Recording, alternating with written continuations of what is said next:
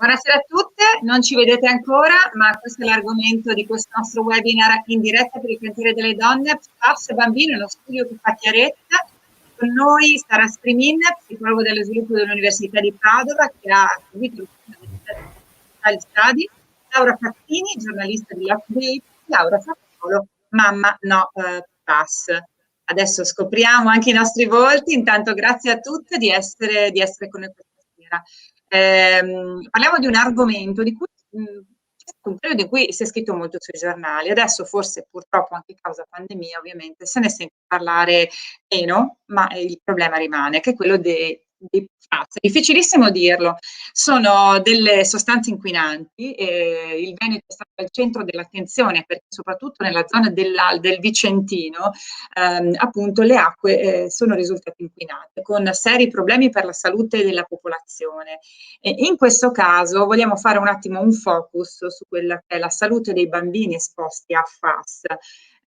Il tutto è nato da un'azienda di Trissino nel Vicentino, non diciamo ovviamente il nome, io non voglio fare tutta la storia perché io la conosco, ma voglio lasciare la parola a voi che siete un po' le protagoniste. E quindi io volevo sentire subito la nostra mamma No PFAS, perché è stata Laura poi a chiederci appunto se potevamo parlare dello studio e del problema, per capire effettivamente come stanno i bambini che sono esposti a queste sostanze. Allora Laura, io ti passo la parola subito per aprire. Allora, intanto ti ringrazio Michele, ringrazio il cantiere delle donne per ospitarci questa sera a parlare di questo argomento che ovviamente è estremamente importante per noi e è estremamente importante per tutti. Allora, come hai anticipato già tu, il problema PFAS in Veneto nasce purtroppo da un'azienda sita a Trissino che ha sversato per 30-40 anni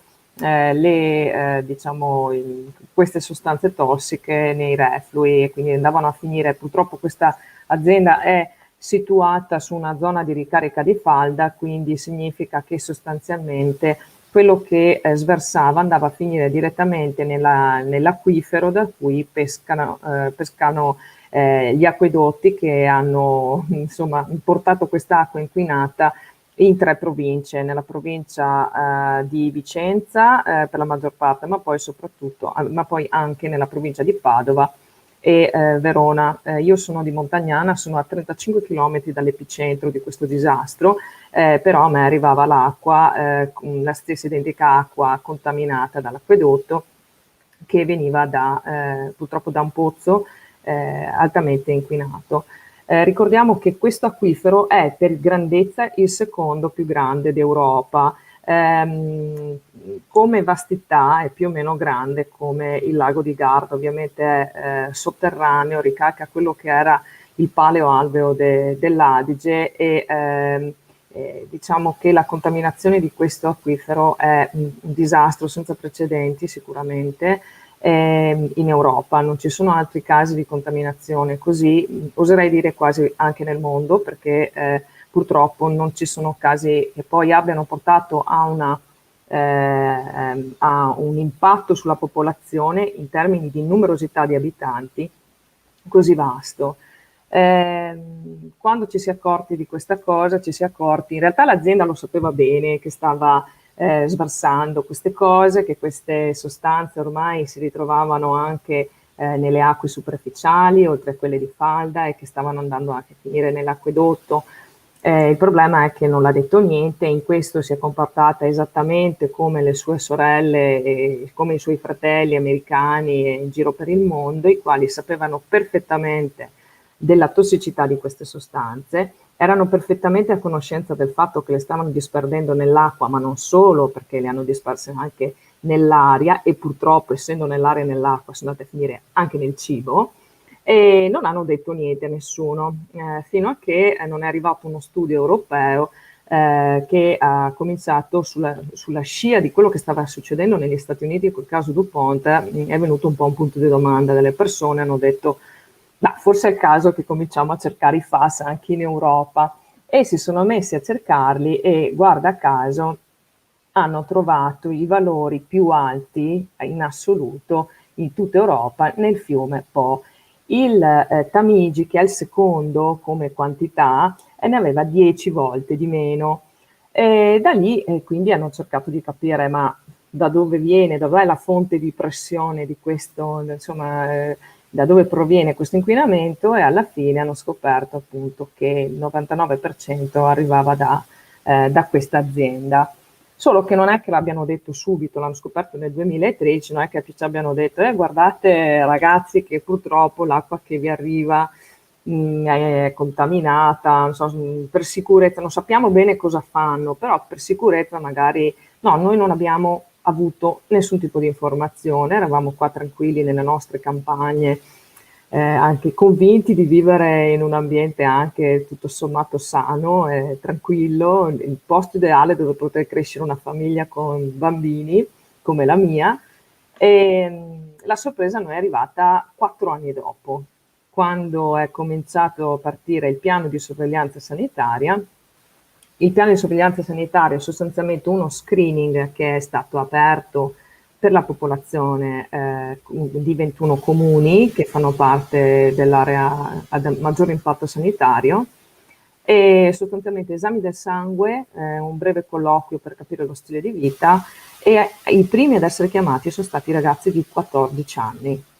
E nella zona di Vicenza, Lonigo, così. I genitori non sapevano nulla, i medici di famiglia non sapevano nulla, e si sono trovate le mamme in mano i risultati di questi referti di laboratorio, dove non riuscivano neanche a leggere questi nomi difficilissimi di queste sostanze.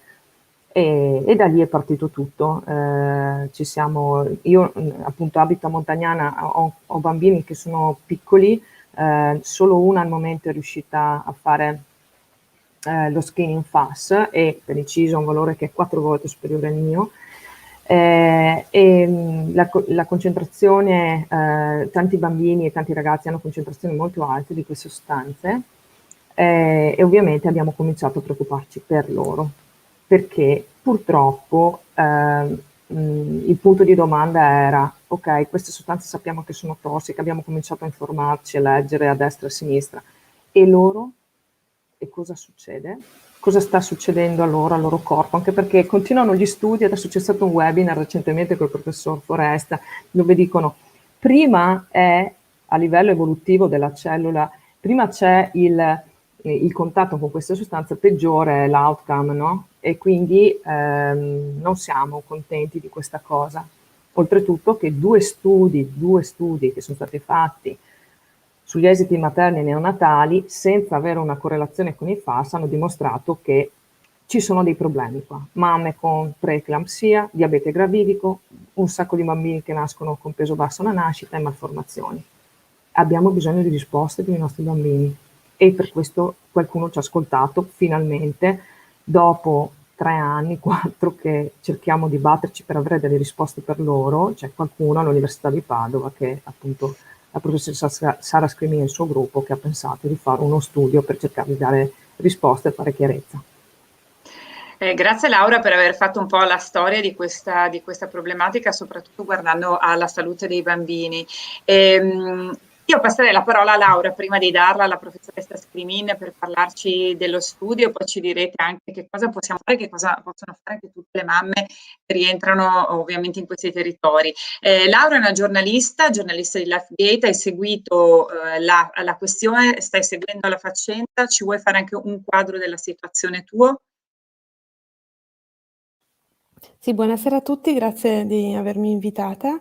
Dunque, per me è molto interessante osservare proprio le mamme in Veneto come si stanno muovendo, perché parlare di PFAS ormai fortunatamente è abbastanza eh, semplice, perché ne parla a livello europeo, se ne parla a livello mondiale. Quello però che non si dice è che oltre a uno studio scientifico sulle sostanze, non si dice l'impatto che ha sulle persone. Quello che le mamme mi stanno insegnando in questi anni che sto cercando di stare con loro è appunto la risposta psicologica a dire in famiglia: dal rubinetto non puoi più bere, la pasta la cuciniamo con l'acqua delle bottiglie. E questo impatto, che è personale poi anche per me, in realtà è un impatto su molte famiglie mondiali. Nel mondo il 99% del nostro mondo è inquinato da PFAS, che siano gli orsi polari o addirittura nel deserto ci sono i PFAS, perché arrivano dappertutto. Sono sostanze composte in maniera talmente resistente che si usano poi per un sacco di prodotti che vanno dalle scarpe alle giacche, alle famose padelle antiaderenti, quindi tutti noi in casa abbiamo troppo PFAS, ne assorbiamo in maniera quotidiana, e però facciamo fatica a trovare prodotti PFAS free. Perché? Perché a livello mondiale queste sostanze sono necessarie, sono poi molto, diciamo, economiche, perché le grandi industrie che le producono pretendono di continuare a produrle, e quindi non ci sono restrizioni, ci sono dei divieti per alcune di queste sostanze che fanno parte di una famiglia enorme, che sono più o meno 5.000 composti PFAS. In Veneto se ne studiano ancora tuttora troppi pochi, perché sono solo 14 PFAS studiati, anche per gli esami del sangue. Tra l'altro gli esami che vengono fatti in Veneto alla popolazione anche troppo. Sì, queste sono le foto di Chiara Negrello, una strepitosa fotografa che ha avuto l'idea geniale di stare con le mamme molto tempo, 1 anno e mezzo, 2, e lei è bravissima, ha avuto la voglia di raccontare cosa significa l'acqua, cosa significa essersi portati in casa acqua contaminata, sempre guardando le mamme. E le mamme appunto nel mondo stanno combattendo i PFAS, lo fanno perché mancano le risposte istituzionali a queste lotte. Le istituzioni, che siano americane, siano italiane, siano europee, stanno cercando ancora adesso di restringere o di vietare alcuni PFAS, come dicevo. Le mamme invece, americane o le mamme come Laura Facciolo, le combattono nella vita quotidiana, e perché hanno paura per i propri figli e perché hanno necessità di cambiare le cose ora. Le prime mamme che combattono contro i PFAS sono le mamme americane, non perché sono più sveglie di Laura Facciolo e quelle venete, ma perché in America fortunatamente la questione è nata prima, alla fine degli anni 90, grazie a un lavoro immenso fatto da un avvocato che è andato contro la più grande multinazionale che produce PFAS nel mondo, che si chiama DuPont. Questo avvocato ha portato la conoscenza alla popolazione, quello che diceva Laura, cioè dobbiamo conoscere ciò che abbiamo, e lì le mamme si sono mosse, hanno preteso e hanno ottenuto esami del sangue, cambiamenti delle reti idriche, e adesso la situazione americana è di divieto di molti PFAS. Per esempio ci sono delle mamme americane che adesso, oltre ad aver ottenuto il cambio dell'acqua, hanno ottenuto di cambiare gli imballaggi dei cibi, perché queste sostanze, essendo idrorepellenti e riuscendo a mantenere bene il cibo, sono presenti in quasi tutti i contenitori dei nostri cibi nei frighi, e hanno ottenuto con delle raccolte firme che McDonald's entro il 2025 abolisca gli imballaggi con i PFAS. È una vittoria enorme, perché i panini del McDonald's li mangiano anche i bambini, no? Sempre perché le mamme guardano all'ora, all'adesso. Io a mio figlio devo proteggerlo adesso, non mi interessa una discussione politica, mi interessa l'adesso. Questo è l'importante secondo me delle mamme. Un altro esempio americano sono le mamme, le mogli che hanno ottenuto di cambiare le tute dei vigili del fuoco, anch'esse piene di PFAS, perché sono ignifughi i PFAS, quindi resistono ad alte temperature, e le tute dei vigili del fuoco mondiali, anche in Italia, sono piene di PFAS, solo che vengono assorbite dal corpo, e quindi i pompieri in tutto il mondo muoiono di tumori simili ai tumori presenti nel Veneto a causa della contaminazione da PFAS. Queste mamme, Diane Cotter e sopra molte altre, hanno ottenuto che vengano cambiate le tute, e in Italia non se ne parla ancora. Un'altra mamma ha ottenuto uno dei più recenti studi fatti problematica cognitiva che molti bimbi possono avere. Andrea Amico, che abita nel New Hampshire, uno stato nella parte est americana, 2 figli, zona contaminata dalle industrie che producono PFAS, decide che vuole sapere cosa succederà ai suoi figli. Va bene, so che sono presenti nel sangue dei miei figli, ma cosa succederà ai miei figli? Perché i PFAS tuttora non si possono espellere, cioè le donne espellono il PFAS perché lo passano ai propri figli quando sono in gravidanza. Cioè, presenti nel sangue della madre, entrano nel feto e i bambini nascono con il PFAS. È una cosa abominevole che si deve fermare, e questa Andrea Amico ha ottenuto che lo Stato del New Hampshire porti avanti uno studio su come cresceranno i suoi figli, se avranno problemi, che tipo di problemi avranno. Noi in Italia siamo veramente l'ultima ruota del carro. In confronto all'America noi non abbiamo mai chiesto restrizioni, non abbiamo mai vietato la presenza di PFAS, non abbiamo i limiti agli scarichi industriali, abbiamo in Veneto è presente una limitazione per emergenza sanitaria, perché è la legge e la Costituzione che obbliga a ottenere delle emergenze sanitarie per inquinamento, ma non abbiamo dei limiti voluti dal governo. Le istituzioni mancano i finanziamenti. I finanziamenti sono stati dati per cambiare la rete idrica. Sono stati messi anche dei filtri forse, o qualcosa del genere, che non so quanto possono essere serviti, lo chiedo. Poco, penso che siano serviti poco. Laura ne sa sicuramente più di me, ma... Allora, i filtri sono stati messi sicuramente tardi, perché sono stati messi ad ottobre del 2017, tra settembre e ottobre del 2017, sostanzialmente perché non sapevano a che livello abbattere queste sostanze che erano presenti nell'acqua, e non c'era nessuno, avevano fissato dei valori assolutamente aleatori, perché nessuno era in grado di stabilire sopra o sotto che valore potevano andare bene queste sostanze nell'acqua. Il problema è che queste sostanze non dovevano proprio esserci, non può esserci un valore sotto o sopra queste, per cui si sa che c'è stata una battaglia di cifre anche a livello parlamentare, se non sbaglio. Esattamente, qualche mese i famosi 500 nanogrammi litro, che erano stati ammessi fino ad un certo punto, e dopodiché il Veneto è stato costretto, anche insomma per la pressione fatta a livello dell'opinione pubblica, di fare la cosiddetta doppia filtrazione, quindi si è arrivato ad un abbattimento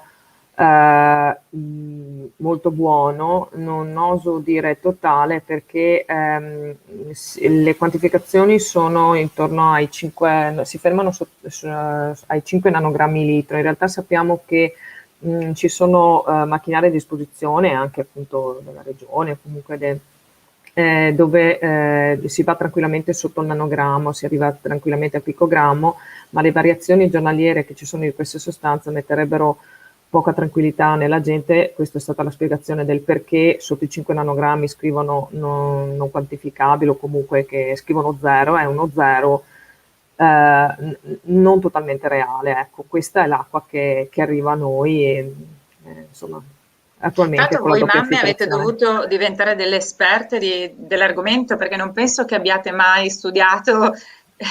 No, assolutamente. Io la prima cosa che ho fatto è stata quella di rivolgermi all'estero.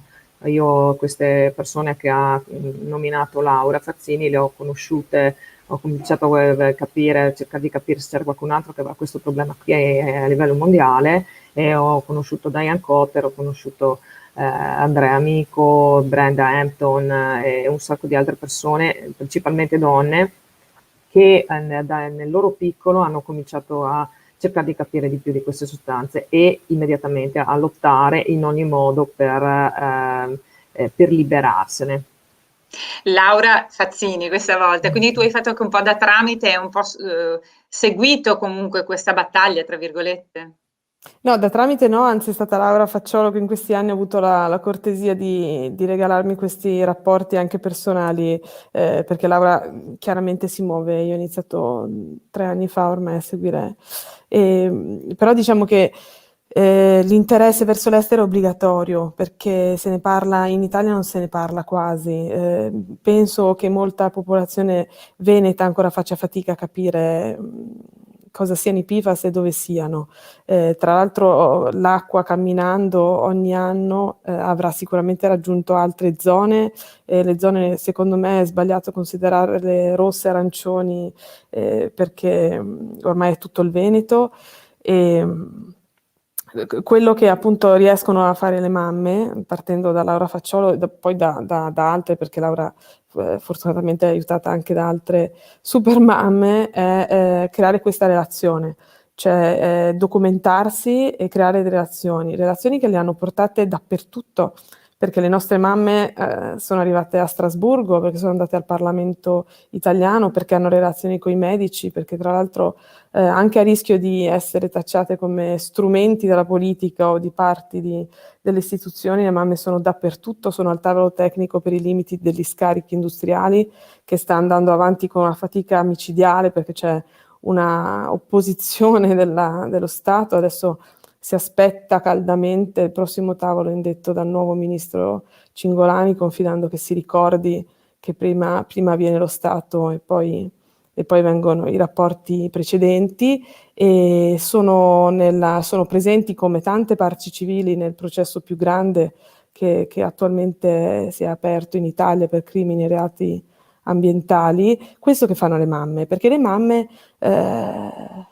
subiscono, perché le mamme possono avere aborti, possono avere nascite premature, possono avere tumori, possono avere figli che nascono con problemi cognitivi e devono avere risposte perché, perché non sono sfortune. Non hai avuto la sfortuna di avere un aborto, non hai avuto la sfortuna di far nascere tuo figlio per una causa che è tua, ma è contaminazione ambientale, è inquinamento ambientale. E quindi lo studio che adesso la dottoressa Scrimin ci spiegherà è fondamentale, perché le mamme hanno quel potere, superpotere Wonder Woman, di sentire che il pericolo si può realizzare e come proteggono i figli quando li fanno attraversare la strada, perché sanno che ci può essere un rischio, così devono adesso seguire il questionario, che è un po' elaborato, cioè, sarà un bel lavoro anche lì, però è lo stesso, bisogna rispondere perché si è super Wonder Woman e si vede il rischio da lontano. E quindi perché il rischio non divenga trauma, c'è la dottoressa Scrimin che aiuta. Nel frattempo, se vedete, c'è anche una mamma, la nostra Monica, che ha scritto, io ricordo di un articolo di qualche tempo fa, Laura Facciolo intervistata disse è un attacco alla vita. Con questa premessa io passerei la parola alla professoressa Scrimin e allo studio per capire che cos'è, e si è parlato di appunto di compilare questo questionario, quindi ci mettiamo a disposizione per capire, per compilarlo eventualmente. Allora, intanto buonasera a tutti. Trovo che il collegamento con quanto è stato appena detto sia incredibilmente, diciamo, colga nel segno, perché di fatto il ruolo delle mamme è effettivamente fondamentale. Effettivamente è fondamentale non solo nella crescita del figlio e dei figli, ma nella protezione, no? Dico noi perché sono mamma anch'io, ok? Quindi siamo programmate biologicamente programmate per proteggere i nostri figli, ok? E quindi di fatto lo facciamo e quando lo facciamo ci mettiamo tutte noi stesse, insomma, no? Quindi questo è veramente fondamentale e abbiamo un ruolo fondamentale. Io vorrei condividere una brevissima presentazione giusto per spiegarvi un po'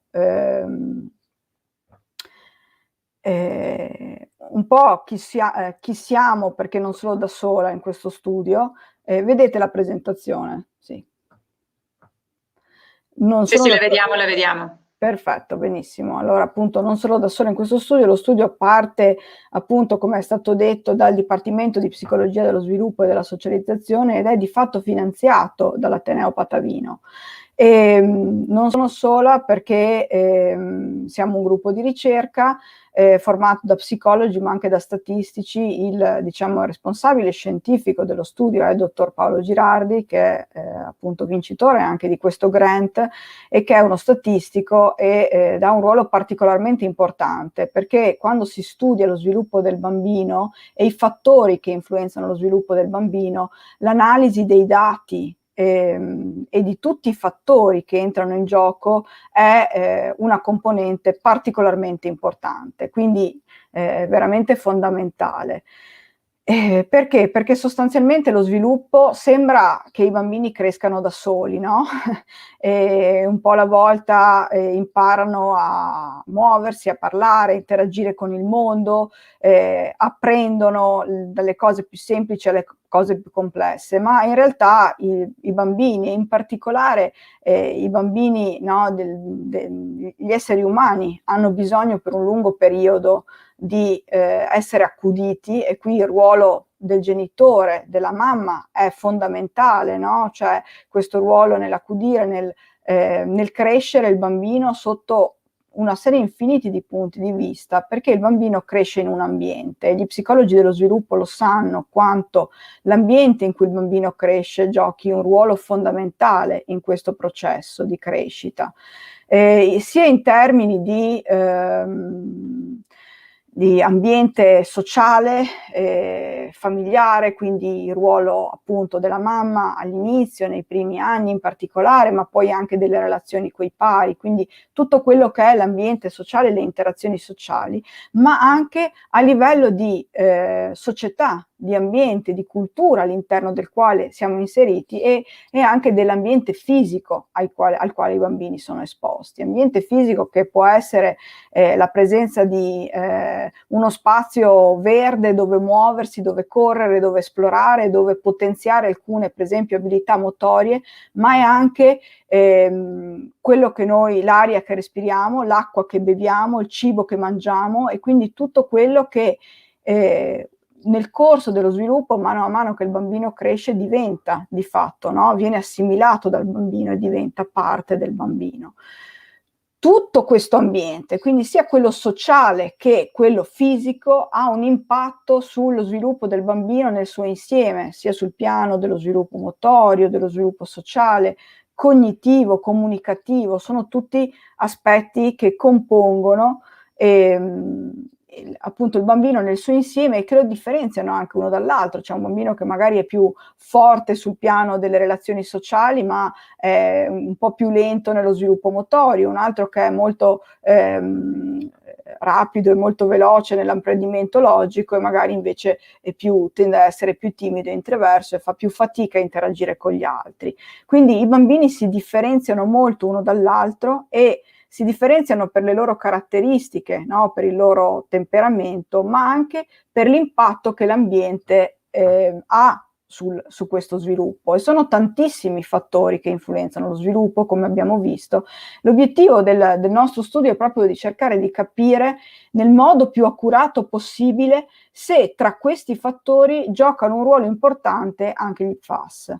Nello sviluppo del bambino, che vedete in qualche modo segue questa curva, no? Un andamento di crescita, di miglioramento, che però incontra nel corso appunto dello sviluppo una serie di elementi che possono essere dei fattori che facilitano lo sviluppo, no? Che gli fanno fare lo fanno migliorare, lo fanno acquisire delle competenze nuove, lo potenziano, per esempio una mamma presente, una mamma affettuosa, una mamma che legge una storia, che legge le storie la sera, che racconta, che è partecipe, che gioca col bambino, sicuramente ha un ruolo protettivo nello sviluppo, no? Aiuta e facilita le relazioni, la capacità di interagire socialmente, lo sviluppo emotivo, lo sviluppo comunicativo, le abilità linguistiche.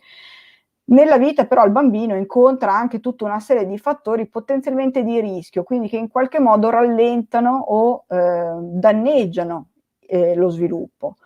E questi fattori possono essere i più svariati, legati anche qui all'ambiente sociale, ma anche all'ambiente fisico. E la nostra domanda fondamentale è capire se uno di questi fattori è rappresentato anche dall'aver assimilato appunto queste sostanze nocive. Sappiamo che queste sono sostanze che sono nocive per molti domini, diciamo, del funzionamento fisico dell'individuo.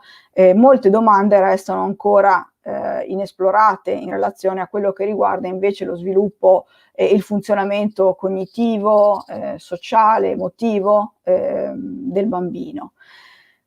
Per fare questo studio, voi vedete che in questo grafico c'è rappresentata questa freccia azzurra che rappresenta sostanzialmente una grande variabilità, no? Che cosa vuol dire? Vuol dire che non tutti i bambini crescono con lo stesso ritmo, con la stessa velocità, non tutti i bambini acquisiscono in generale nella popolazione normale le stesse abilità sul piano cognitivo, sociale, di interazione. Quindi c'è una grandissima variabilità. Quindi per riuscire ad individuare se anche un fattore, no? Per esempio l'aver aver bevuto, aver assimilato attraverso il latte materno, attraverso appunto durante il periodo fetale, queste sostanze, questi PFAS, se ha un effetto sullo sviluppo, io devo avere un numero molto molto ampio di bambini che vado a valutare proprio per tenere conto di questa grande variabilità. Questo è un aspetto particolarmente importante. Cos'è che sappiamo fino ad ora di questo? Sappiamo che sicuramente i bambini sono suscettibili, sono vulnerabili perché sono in formazione, si stanno formando, stanno sviluppando tutta una serie di competenze, di abilità, stanno imparando ad interagire con il mondo. In particolare sappiamo che i bambini nell'arco dei primi anni di vita vanno a raffinare alcune aree del cervello, in particolare le aree corticali, che sono quelle responsabili dell'attività, diciamo così, cognitiva, logica, linguistica, no?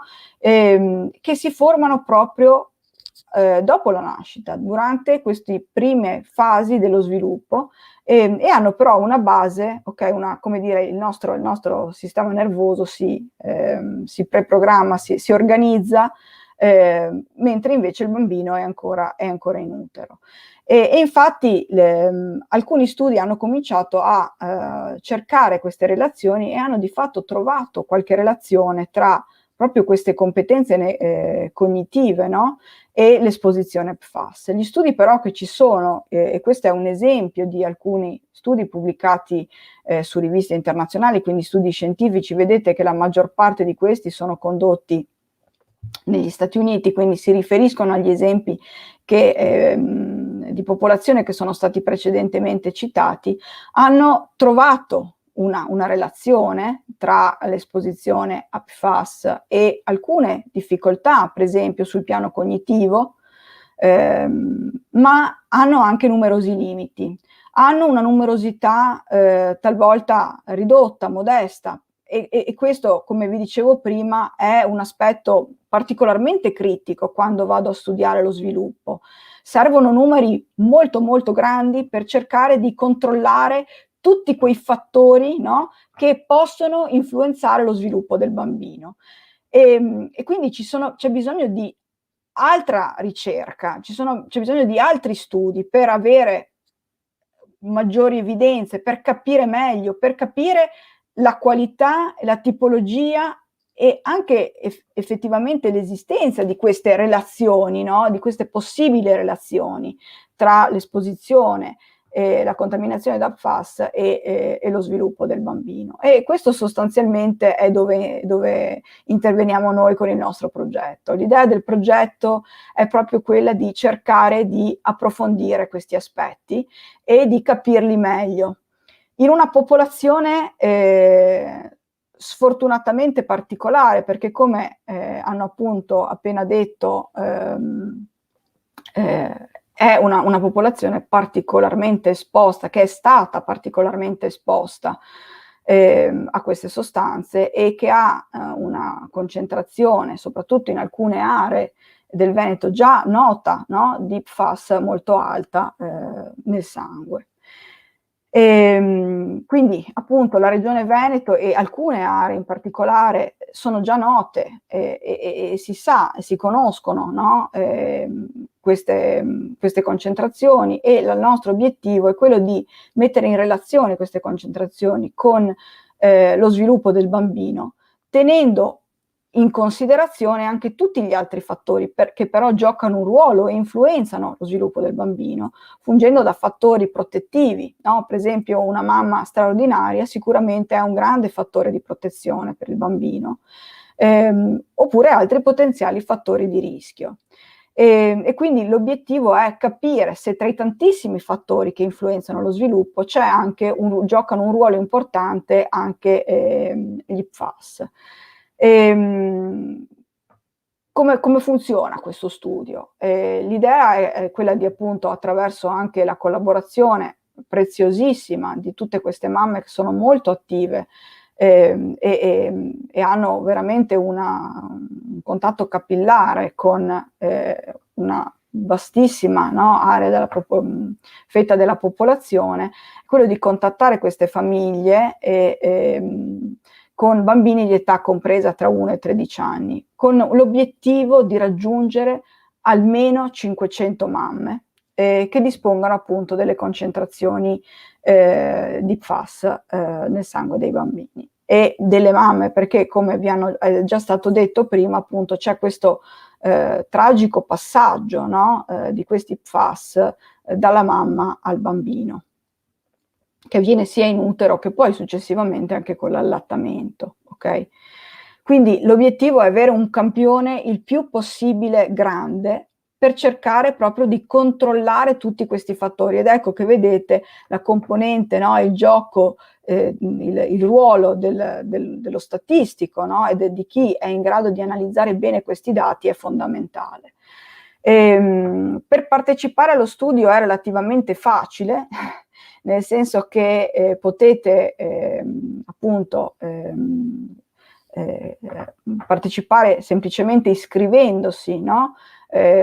Attraverso questo link potete aderire visitando la pagina Facebook Abbiano oppure il sito internet.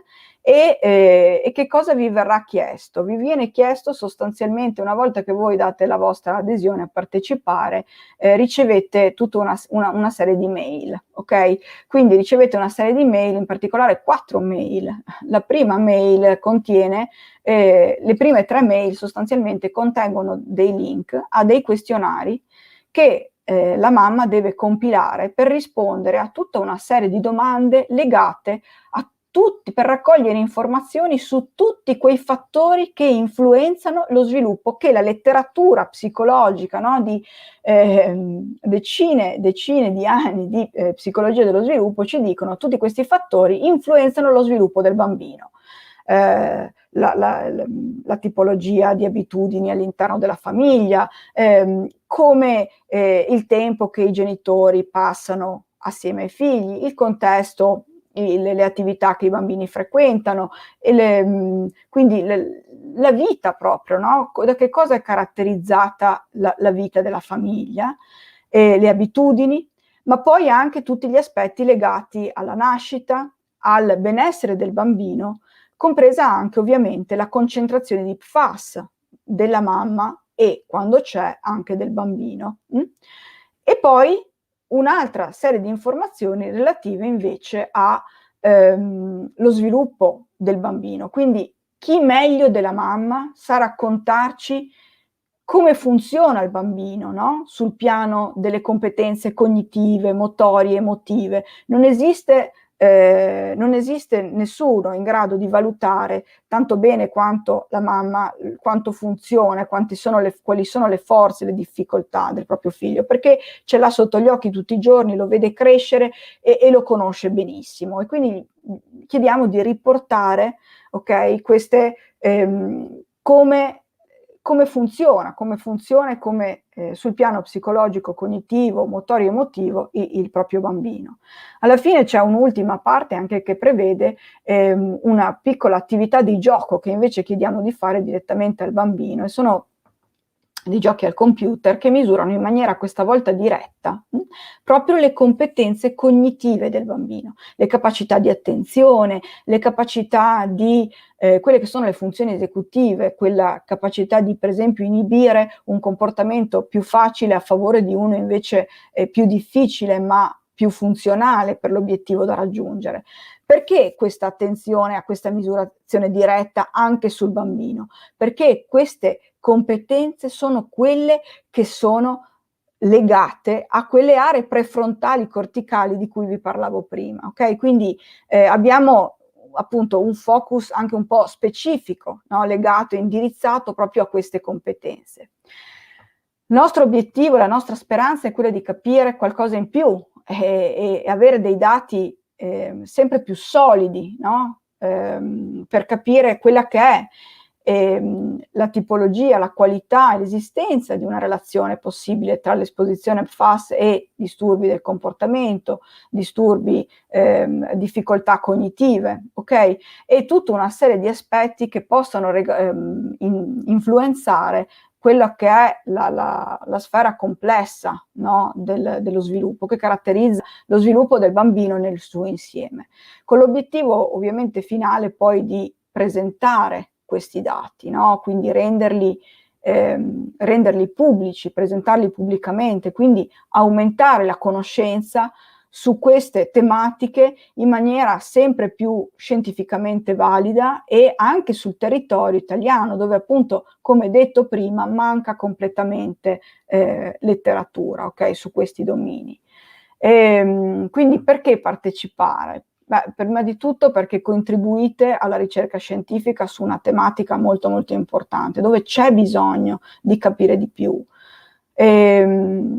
Aiutate, e questo chiaramente le mamme non fa, se Laura Facciolo ce lo fanno capire, no? Cioè si aiuta a aumentare anche direttamente il benessere dei propri bambini, della comunità, con l'obiettivo di io sono una psicologa dello sviluppo, il mio obiettivo finale è sempre quello di cercare di portare conoscenza per migliorare la vita dei bambini, no? Perché stiano meglio, funzionino meglio, crescano più contenti, abbiano una vita più serena.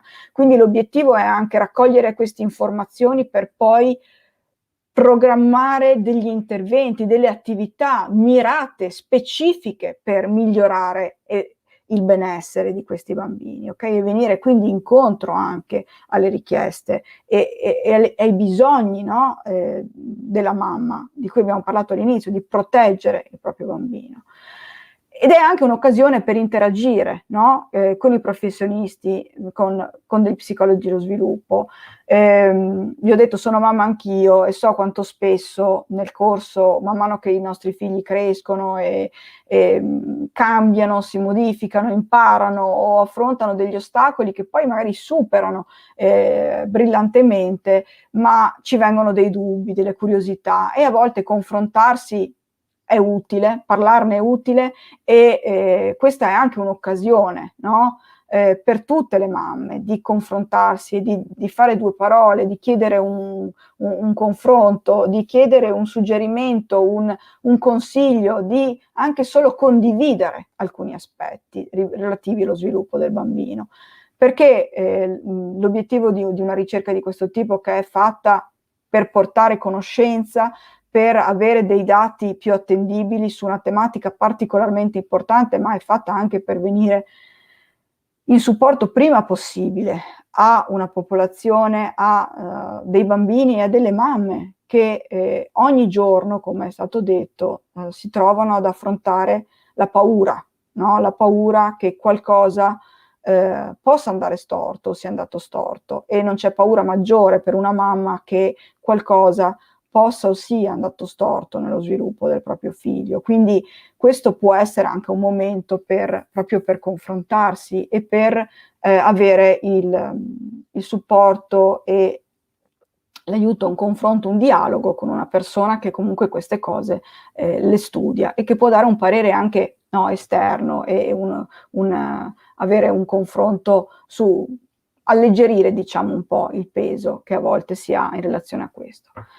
Con questo io ho concluso, sono aperta ovviamente a tutte le domande, potete anche contattarci ovviamente alla mail che trovate indicata qui e poi magari la condivideremo, o al cellulare, e ci trovate non solo sulla pagina Facebook ma anche sul sito del Dipartimento di Psicologia dello Sviluppo e della Socializzazione che vedete indicato qui sotto. Io chiedo subito se c'è anche una data di scadenza, tra virgolette. Allora, la data di scadenza, il finanziamento che noi abbiamo ricevuto ha una durata molto, molto breve per adesso, quindi ci auguriamo di ottenerne altri, che questo sia, come dire, il trampolino di lancio, sì, no? per avere poi altri ulteriori finanziamenti. Per adesso la durata è di 1 anno. Questo vuol dire che per avere dei dati in mano, avere il tempo di analizzarli, avere il tempo di poterli divulgare, di poterli comunicare, condividere, i tempi sono relativamente stretti, quindi prima possibile mi viene da dire, no? Poi ancora una volta come mamma so quanto la vita sia un caos di impegni, di cose, di un susseguirsi infinito di attività e di cose da gestire, per cui so anche che non si può richiedere l'impossibile, per quanto si tratti di super mamme, le cose impossibili sono difficili da affrontare, quindi un tempo fisiologico ci vuole, però sicuramente prima possibile. Ecco, il nostro obiettivo iniziale era di cercare di concludere la raccolta di informazioni entro il periodo estivo, e questo sarebbe un tempo, diciamo, buono, vediamo cosa si riuscirà a fare. Ecco, magari poi vi chiedo di condividere magari una delle 2 ultime schermate con tutti i riferimenti, sia il sito che il numero di telefono, la mail, in modo che possiamo metterla anche all'interno del gruppo e all'interno della pagina, in modo che insomma chi volesse poi partecipare insomma può farlo direttamente, quindi assolutamente, magari con una breve presentazione dello studio per chi poi magari si va a rivedere questo webinar o chi magari ha poche informazioni. Ecco, un attimo che c'è già una domanda, eccola qui.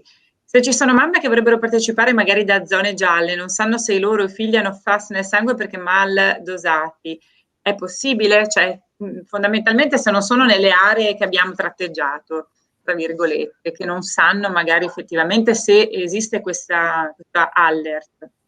Allora, anche le mamme dalle zone gialle, come dice giustamente, possono partecipare, ok? Possono partecipare e quando sono a disposizione le concentrazioni di PFAS, per esempio, nella mamma è importante indicarle.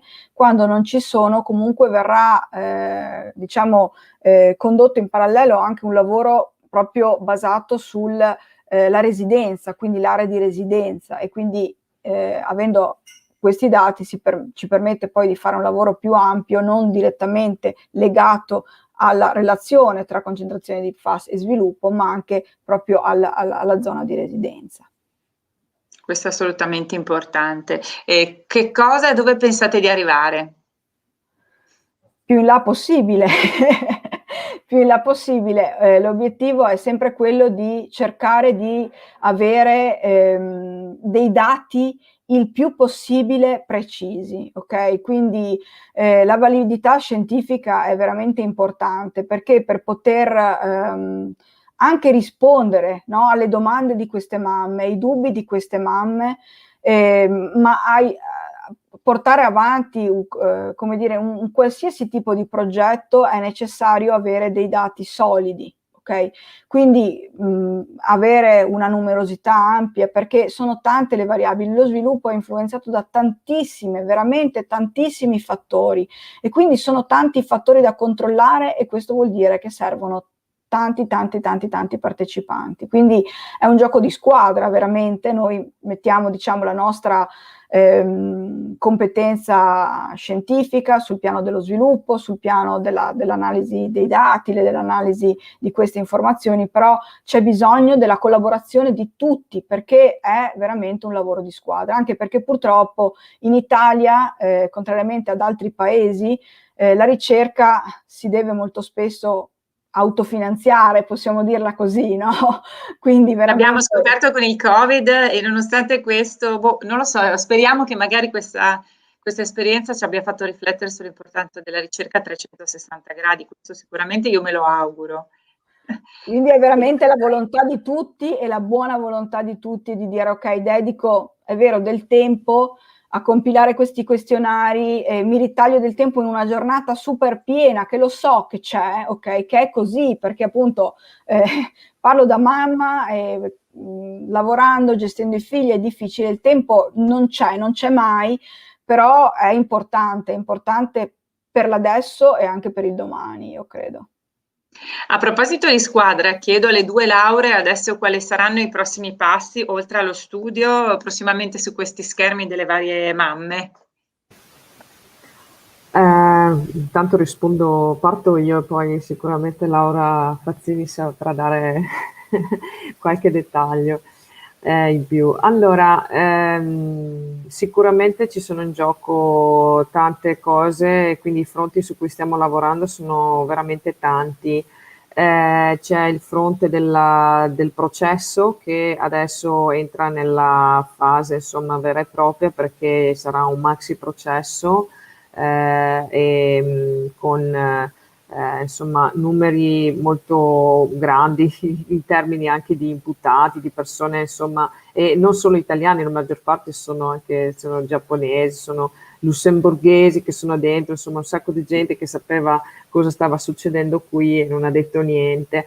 Quindi questo sarà un po' un processo dove noi siamo parti civili, ci sono almeno 90, circa un centinaio di famiglie che partecipano come parte civile, che sono state ammesse. E oltre, come aveva già accennato Laura, ci sono dei ministeri, insomma c'è la regione che si sono costituite parti civili, però noi la facciamo coi soldi nostri, siamo parti civili, per riuscire a dire la nostra voce di nuovo dobbiamo metterci in prima persona, l'abbiamo sempre fatto e continueremo a farlo.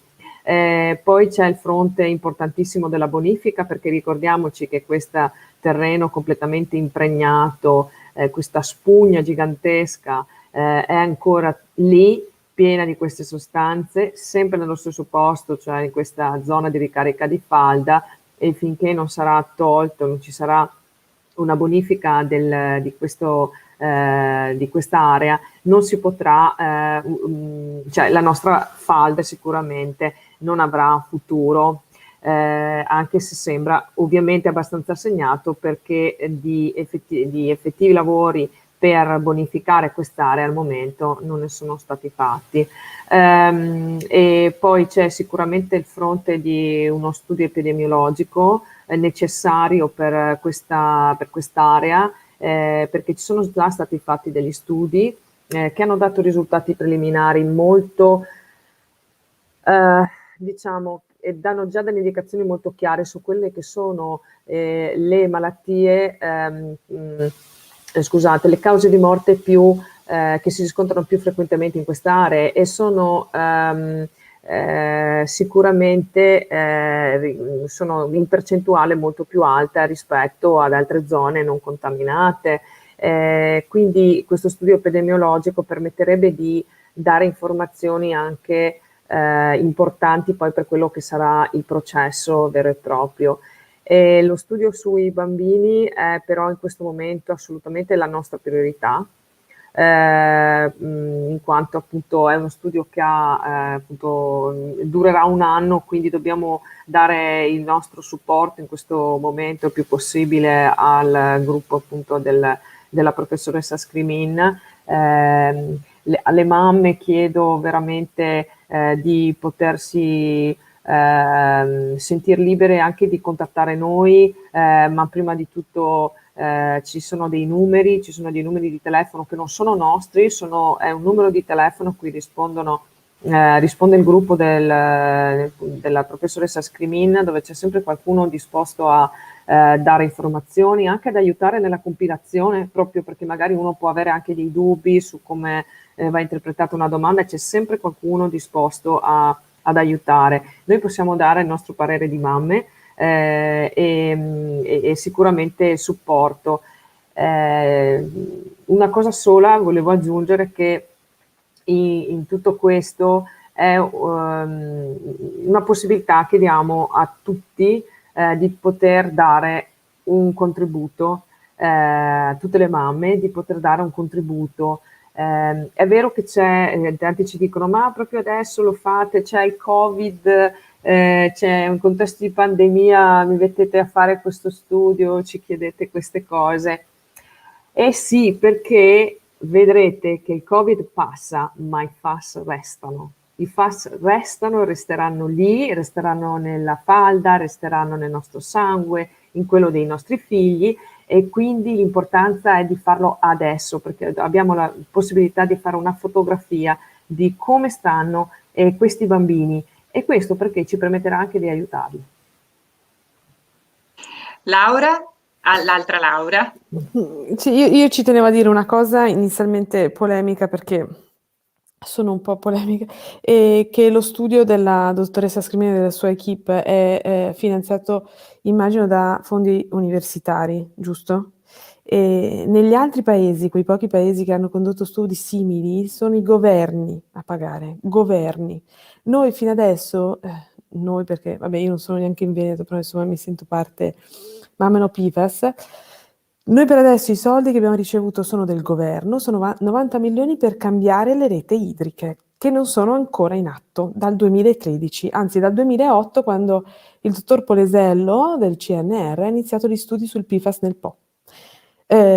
Una polemica. La seconda, secondo me, fondamentale è capire che Covid e pandemia sono legate alla presenza di PFAS, perché comunque la percentuale di malati di Covid nel Vicentino, quindi nella zona colpita dai PFAS, è più alto di altre zone in Veneto, perché il PFAS abbassa determinate risposte immunitarie, tra cui anche quelle delle vie respiratorie. Tra l'altro il vaccino che adesso si presenterà, mi auguro per tutti, incluse le mamme giovani e belle, super Wonder Woman, non è detto che abbia una risposta immediata, perché i PFAS è dimostrato che hanno un'incidenza sulla risposta ai vaccini, quindi studi mondiali lo dicono, in attesa di pubblicazione.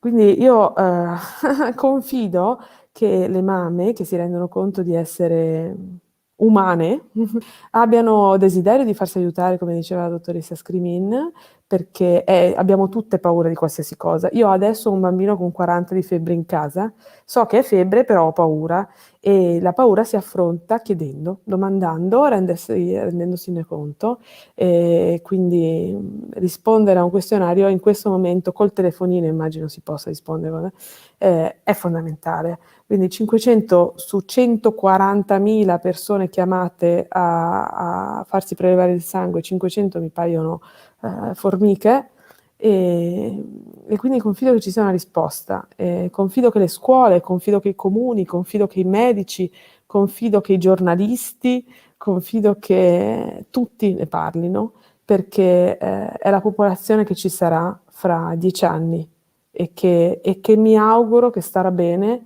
perché la dottoressa Scrimin dice che se si becca adesso il problema aiuteremo i bambini a crescere bene.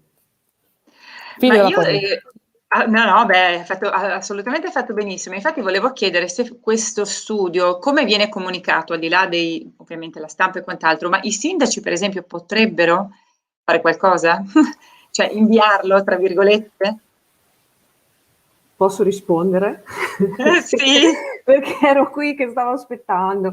Allora, Scusate, faccio sempre la sindaci, giornalista, quindi mi viene normale, ogni tanto mi devo morsicare la lingua, però insomma mi è venuto allora, tutti spontaneo, i ecco. sindaci dei 21 comuni che sono più interessati, diciamo, dell'area maggiormente interessata, hanno ricevuto l'informativa relativamente a questo studio, quindi sicuramente ci si aspetta, anzi si sta chiedendo ormai da un po' di tempo che tutti magari almeno lo mettano nel sito, Sì, che insomma siano promotori di questa cosa. Non solo, anche tutte le scuole, tutti gli istituti comprensivi l'hanno ricevuto. Io vi dico, non vi dico quali, ma al momento hanno risposto 3 istituti comprensivi su 21 comuni.